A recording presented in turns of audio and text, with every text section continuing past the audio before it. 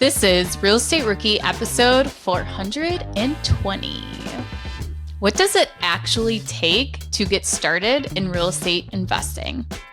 My name's Ashley Kerr, and I'm here with Tony J. Robinson. And welcome to the Real Estate Rookie podcast, where every week, 3 times a week, we bring you the inspiration, motivation, and stories you need to hear to kickstart your investing journey. And today, I want to welcome Greyden Piechnick, who's a young investor out of Pennsylvania. And Greyden has already made some impressive strides in the world of real estate investing. Now, he didn't start off with a ton of capital, and he's been using other people's money to help get deals across the line. And he's also acquired a 9-unit multifamily property without using any of his own capital. So today, you'll learn how to find these kind of creative deals, how to negotiate these deals, and what to do as a new investor with little capital. Now, Greyden's journey is honestly just a testament to what can be achieved with a little bit of perseverance and some smart investing. So Greyden, welcome to the Real Estate Rookie podcast. Hey, thank you so much for having me. I'm real excited to be here. So Greyden, how old are you? I am 24. And what kind of motivated you or intrigued you to kind of start your financial freedom journey at such a young age? Yeah. So growing up, I'd like to say I kind of lived a normal life on autopilot. I was focused on sports, focused on being popular, kind of all the wrong things, I'd like to say. If you asked me what I wanted to do, it was go Division I, play pro football or baseball, and that was really it. So I lived on that until about my senior year of high school. It was my senior year that my dad, he had congestive heart failure, was in the hospital for 7 months and was sick. We still have him today. He made it out. But that really opened up my eyes during that time. I sat there next to him every day in the hospital. All you can think about are the good times that you've had with your family, and you only want to make those memories again. And you just pray that you get the chance. And realizing that my mom's confined by a 9 to 5. I'm going to have to go off after high school and start working constantly, that those memories are going to be hard to come by. And I didn't know how much time I was going to get with my dad. So that really gave me the motivation I'd like to say it knocked my train off the track. Like it woke me up to realize what really matters in life. And then what I wanted to push for, which was financial freedom to create those memories.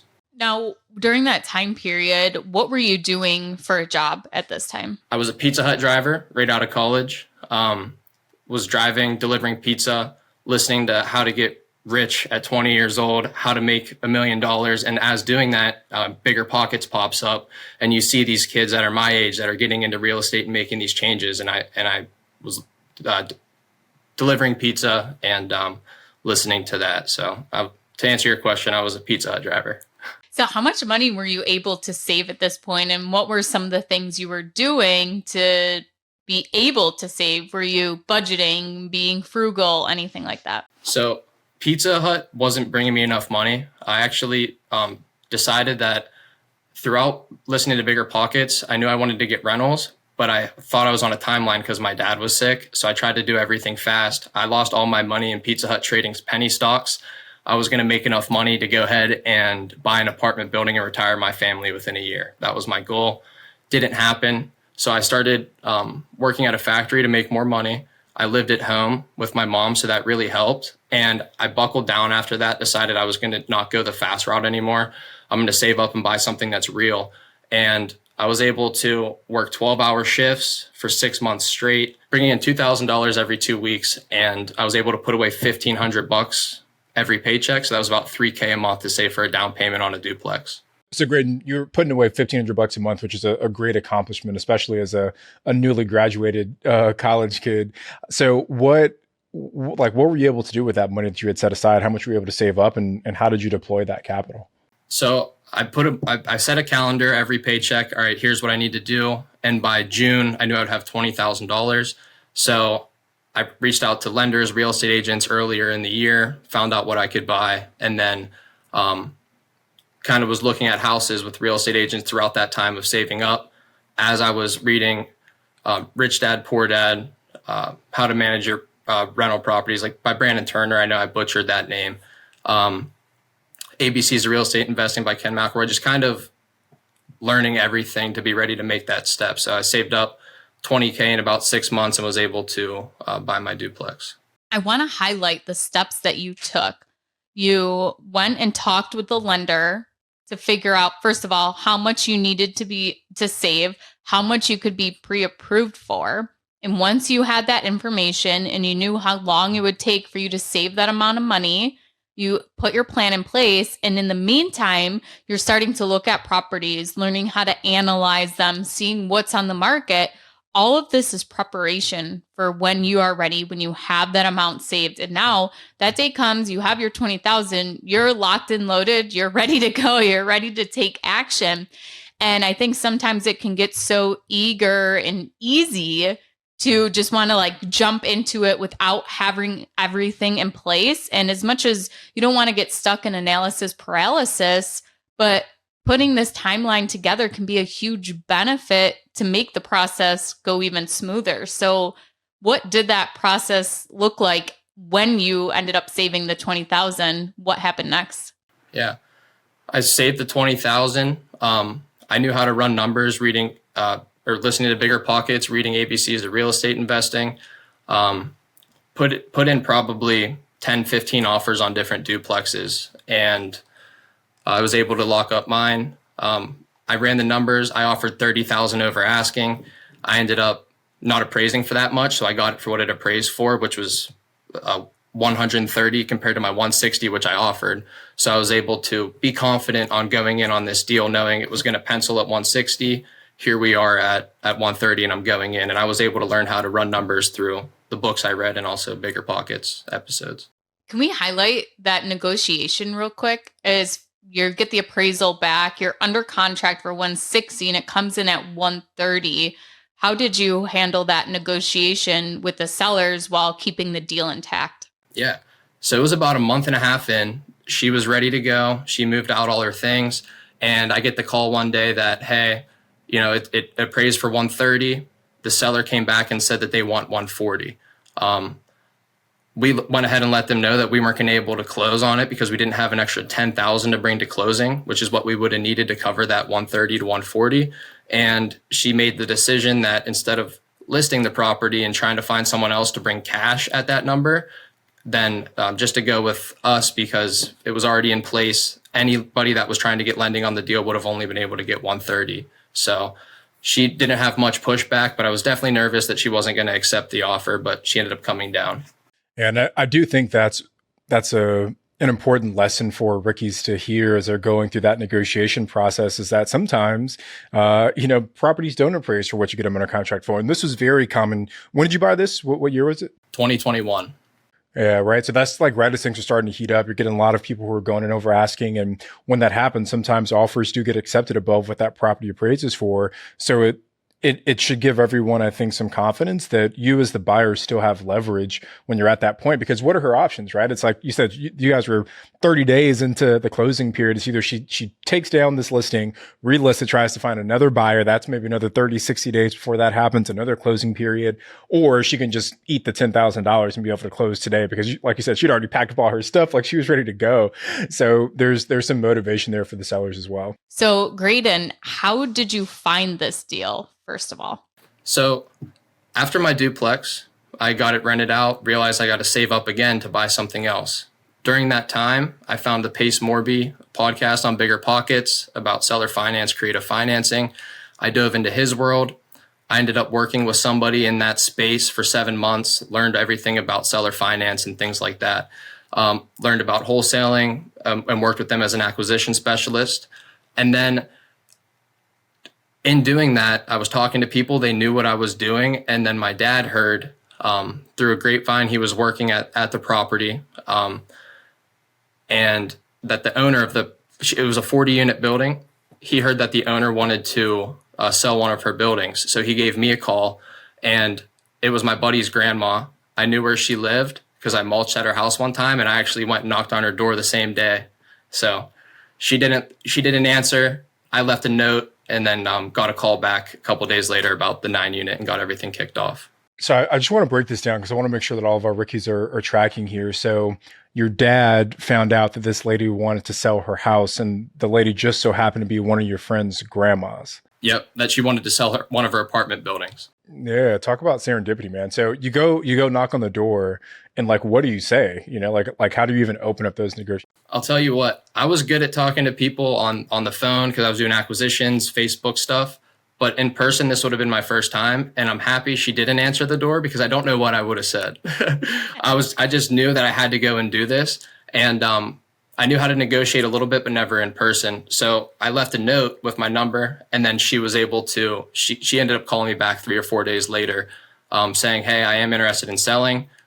And then she was open to selling for 300,000 cash. And then it went from there. Great. And you said something like incredibly important. I want to make sure we don't pass this up, but you said, I didn't even really know what I was going to say, but I knew I had to go out there and talk to her. And I think for so many rookies who are listening, they feel that same fear around like, well, I'm not exactly sure what I'm going to do next, or I'm not exactly sure how this is going to work out. And they let that fear of the unknown stop them from taking action. But what it sounds like, Greyden, is that you felt that fear and you were able to push forward anyway. And I think that's what separates the successful real estate investors from those who either never get started or who start and stop before they find that success. Now, one caveat I will add is that, as you said, you had some experience already. You're doing acquisitions for someone else. So you've been reading a lot of books and seeing a lot of content. You had your house hack already. So you had some level of experience. So it wasn't like you were going in blind. But for some people, they can't make that distinction between taking that logical next step and maybe stepping outside of their comfort zone a little bit. Tony, are there any circumstances that you can think of as we're talking about this where you like regret not getting in front of someone or jumping on the opportunity by literally just saying, I'm interested, or even asking, like putting your face? Because I can already think of several for myself. That's one thing I think I'll give myself credit for is that I'm usually pretty good about like making the ask. So I'm trying to think of like any opportunity where I was like, man, I should have did that, or I should have said that, and I didn't take it, but nothing comes to mind right now. It's because you're such a unicorn, Tony. What comes to mind for you, Ashley? Well, the first thing I thought of was our neighbor's house. There was, I don't know them. They're kind of down the road a bit. And I just always thought this house was a rental. And I don't know, a couple months ago, there was a big dumpster. And I was like, you know what? I bet the tenants trashed it. They're cleaning it out and they're going to sell it. I was like, I should stop while they're cleaning it out. And what do you know? A couple of weeks later, it goes on the market. And I had that regret of I should have just stopped and I should have just had that conversation. And I probably could have gotten an off-market deal, maybe not. But still, there's that I didn't even stop to ask, that point. I'll share like a quick story. And I've shared this on the podcast before, but like, and it's such a silly story, but it had such a big impact on me. But I was like in 8th grade. I was like 14 years old, something like that. And me and my friends were at the mall, and one of his dads picked us up. We were like coming out of the movie theater, and we were like giggling in the back seat. And it's like, oh, what's so funny, guys? And I'm like, oh, there were these cute girls, and whatever. We wanted to go say hi to him, and he was like, well, why didn't you guys go talk to him? And we were like, I don't know. We were like too nervous. And he like looked behind us. I was sitting in the back seat and he looked at us. He was like, well, what's the worst they could have said? And we're like, I don't know. He's like, well, the worst they could have said is no. And then you still would have gotten in the car and driven home.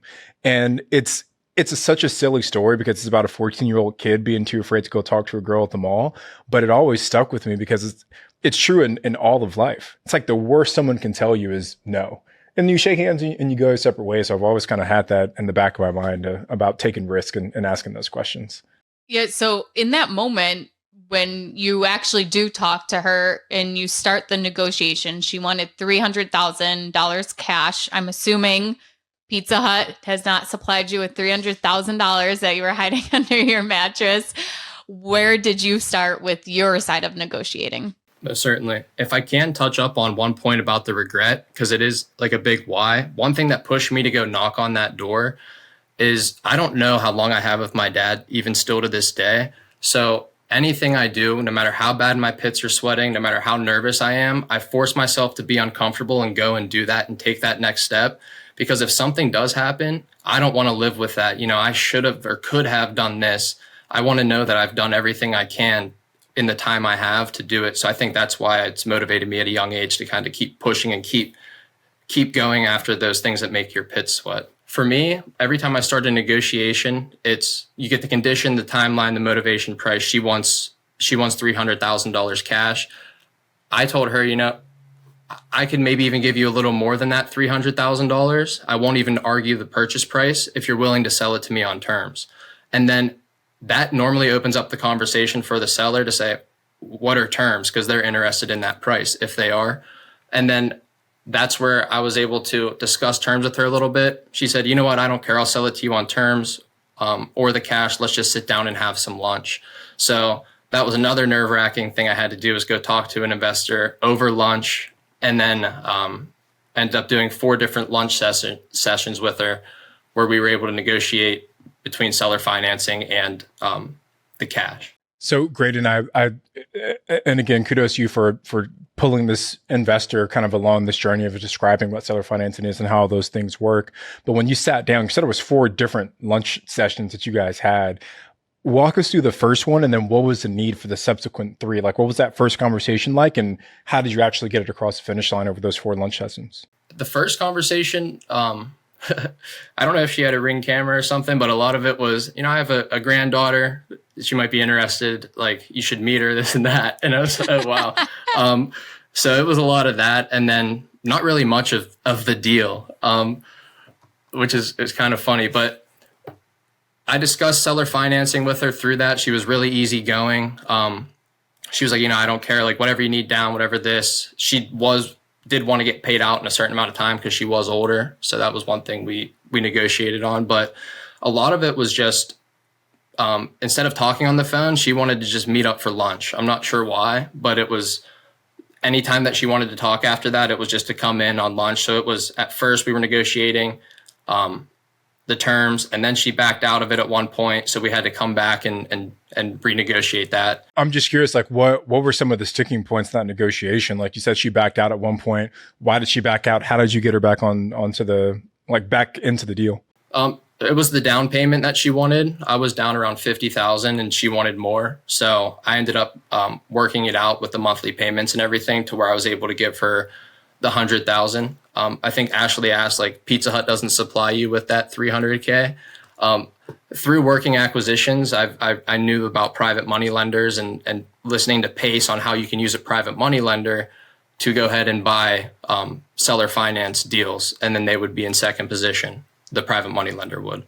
So with that, I knew that was an option. I also had the option of, I kept it open, of selling it for cash. She wanted 300,000. And if I wasn't able to find that private money lender, I was going to wholesale it to another local person, and they were going to give it 350,000 cash. So I would have had an assignment fee. But I ended up working out the private money lender and then buying the deal. And what were your terms for the private money lender? What were you paying interest on that? And what was the amortization, I guess, on that too? So I borrowed $115,000 at 14% interest only payments. So I made him 12 different payments of $1,341 a month. So that pencils out to about $16,000 a year in interest only that you pay to that lender. And then at the end of the 12 months, you got to give them back their $115,000. So I talked to probably about 50 to 60 people on Facebook through groups to try and find someone to lend. And I finally found somebody that was interested and confident in the deal. But I guess a couple follow-up questions from me, Greyden, because there's a few things you mentioned. So you said that maybe let's take a step back. The actual seller finance terms, can you walk through those first? And let's compare the seller finance terms and the private money terms, because I want to know how those two are kind of interacting with each other. Definitely. So instead of the 300,000 cash, we settled on 375,000 purchase price. With that, she wanted 95K down, and I borrowed 115. So that paid the 95K plus the closing costs, and I actually walked away from plus the closing cost, 10,000. So 115, I paid off 105, and I walked away with $10,000 check. I was able, and then through those 4 years, I pay her $1,750 a month, and then what was the interest rate on hers? The interest rate was 0% at first, and then at $400,000 purchase price. And she talked to her controller who told her that she needed an interest rate. So we dropped the price to 375 and put on a 2.75% interest. Yeah. So 2.75 on a 4-year note? On a 4-year note, yes. Gotcha. So this is where, and we're kind of getting into the weeds here, but I think it's good because it's instructive for rookies that are listening here. You've got your seller finance note at 2.75 at 4 years, but then you have your private money note for that 115 on a 12-month term? Yes. Okay. So there's the big question, right? You've got a year on your private money. You've got 4 years on your seller finance note. So what is the plan to repay your private money lenders after those 12 months are up? Yeah. So I bought it last May. This May is the 12-month period. And over the last 3 months, I've been talking to a bunch of people. And it's a lot easier to negotiate after you've owned the building for 12 months. You've made 12 months of payments to somebody, and you're able to cash out that 115. I was looking to go ahead and bring in somebody else for 115 on a more secure note. The first lender had to take a chance with me because I didn't own it yet. I gave him the plan of what I wanted to do with the building. And now that I've actually done that with the building, it's a lot more secure to find somebody. So the same thing, I reached out to Facebook groups, found someone to bring in that 115. If that did fail, I had the chance to go ahead and sell it, cash out both people and take my money off the top, or I could cash out, refinance, hold the longer note and pay off both lenders and just have a note with the bank. But I want to take advantage of the 2.75% interest as long as I can. So I'm going ahead and just cash them out with somebody else. And they're more secure knowing that I already have the deal working. Yeah, I was talking to James Steinert about this from On the Market podcast the other day about a property I have where there needs to be some rehab in the commercial space. And he gave the same advice that it's better to, once you get the property stabilized, because the property cash flows without this other unit rehabbed. It doesn't even need to be rented out. And it's a great cash flow. And he says, you show that for so many months, there will be a lot of private money lenders who would love to put their money on, a note for that, even if it's second position, because it's already stabilized, it's already cash flowing. And this is just extra gravy, and you're going to be adding even more revenue using those funds to rehab the property. So it was something I never really had thought of before. I don't think I've ever taken a second position lien before on a property. So it's just interesting as the ways you can get so creative with lending. And, even though banks always want that first position, that doesn't mean private lenders always need that first position too. If I could say too, talking to probably 70 plus people, a lot of them want that first position. So I had to put up my duplex as collateral. If I don't pay him back, he gets my duplex, which I have about 50,000 in equity now, and it cash flows $1,000 a month. And then also a personal guarantee. And then one thing that made them confident in lending as well is I have $365K in debt now, and the building's worth 500,000 plus. So the loan to value, they know that I could sell the building and they can get it back too. So there's a couple different layers of protection in that second position to where they won't get screwed over on their 115. So is that second position on your house hack too then that they have? Yeah, it's collateraled in the promissory note on the building. So one last follow-up question, Greyden, and I think this is the $1 million question. You keep mentioning like Facebook groups to find your private money lenders, because I think a lot of people understand what a private money lender is. And, we've had our Fundamentals of Funding series where we talked a lot about private lending and those different things. But the biggest question that people have is like, where do I go to find these people? So like, what Facebook groups are you going to? How are you approaching these people? And then how are you pitching them on actually coming in as a private money lender for your real estate deals? I go to one Facebook group and it works. It's Creative Finance Playbook with Pace Morby. I posted in there, and there's a bunch of different people, whether it's people like me trying to find lenders or people that are trying to lend and understand the creative space. They comment on that post. I post all the deal details in the description, and then say if you want more details to go ahead and message me. So they would message me. I discuss with them. Majority of them are brokers trying to go ahead and lend to you, but a lot of them too are private money that you got to sit and talk to on the phone, match a face to a voice, make sure you're a real person, and then discuss. I've had a lot of people say no, it was tough, but same, like you got to have that why. You can't regret not pushing hard enough. You can't regret not pushing to get it done. So I just kept talking to people until I found the right person. So I want to ask, what are some things that rookies should be considering when they're trying to negotiate their own seller finance deal or maybe even a private money lender? What are the terms, the different things they should be looking out for when putting together this kind of deal? So for me, a lot of it is cash flow. I want to be able to cash flow on my monthly payment to them and have a good rental. So in order to do that, I tell them I won't argue the purchase price as long as you'll sell it to me on terms. And that's where you get the good terms. So there's the purchase price, the down payment, the monthly payments, the length, and the interest. So the purchase price, I won't argue. Now, then we go to the monthly payment. I tell them I want to cash flow at least $500. What's the least you'll accept? There's normally not much pushback on that. And then for the down payment, I like to tell them I want to be at a 10% down or less. Like when I'll pay all the closing costs, but I want to be at 10% down or less. And a lot of them have pushback on that. I tell them, look, if I went to a bank, I would give them 15 to 20% down. I'll get 30 years to pay them off. And I get to pick any house in the state that I want to buy. I'm not just tied to this specific property. So that's the reason I want to be in for 10% down. And then I tell them for the length of term, the shortest I do is 5 years. I like to do 7 to 10 years. What's the longest you'll be willing to give me to pay you off? And then that normally starts that conversation. And then for interest rate, I don't even mention interest rate. Most people won't even ask about interest. They'll just worry about what the purchase price is, what the down payment is, and how long until they'll get paid off in full. I found that too, that the interest rate really doesn't matter that much. It's more of what the actual monthly payment is. And when they get paid off in full too is way more important than the actual rate itself. I feel like if I do a seller finance deal and there's an agent involved, I feel like the agent is the first one to give pushback like, oh, well, that's way below what market rates are right now. Yes, I know. That's why I want to do seller financing.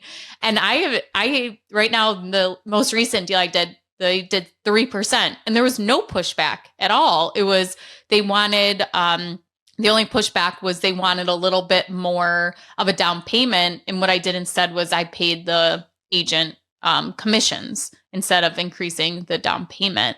But yeah, I agree with you there that interest rate really isn't that important to most of the sellers. So can you kind of give us the final numbers on what this deal looks like? So the final numbers, when I first bought it, she had them all renting out. There's 9 units, about $500 a piece. So it was only $4,500 that it was collecting. I knew I can get that up to around $7,000. So I had a big opportunity for rent raise.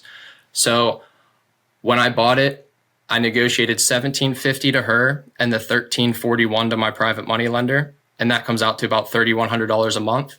And then with my utilities, my insurance, my payments come out to about $4,100.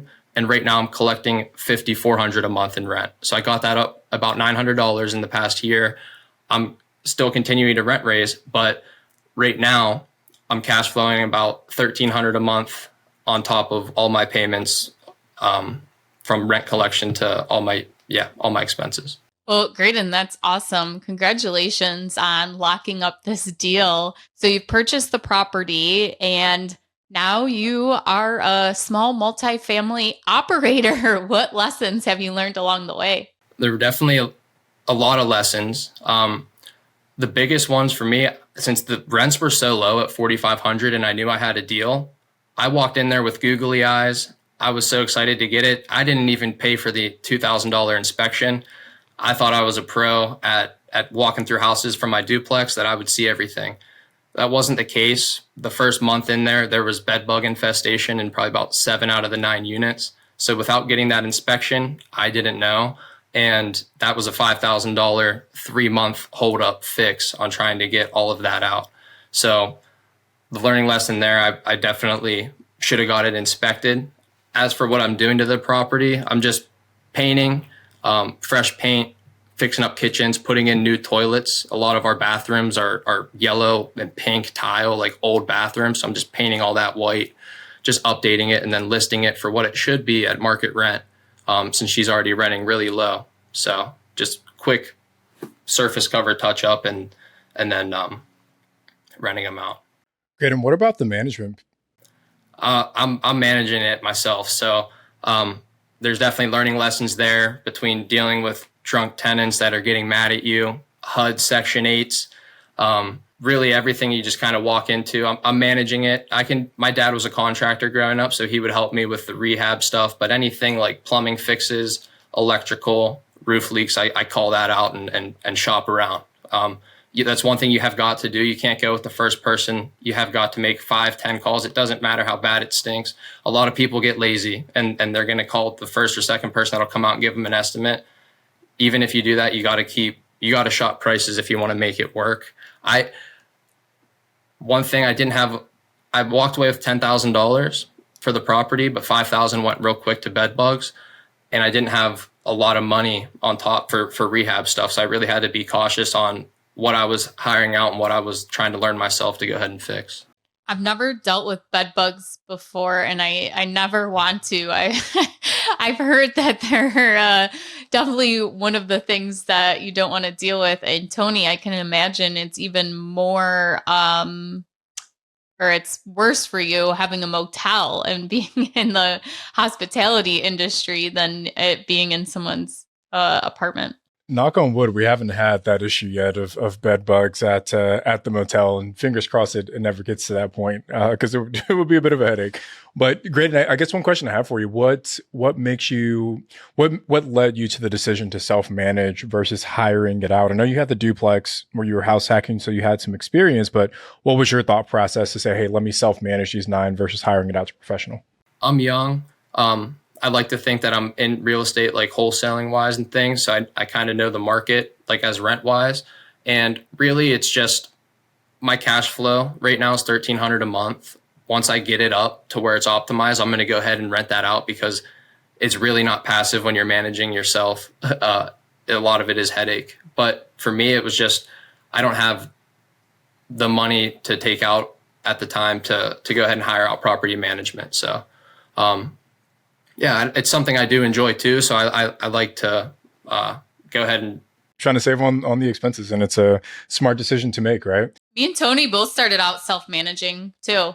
I mean, I think that's a lot of the route a lot of people go, not only to save money, but to kind of learn the ropes of it too. Yeah, and you have to know too on when I do hire a property manager on what I'm going to still have to manage them. So I want to make sure they're doing it right and things. So I have to gain that knowledge as well.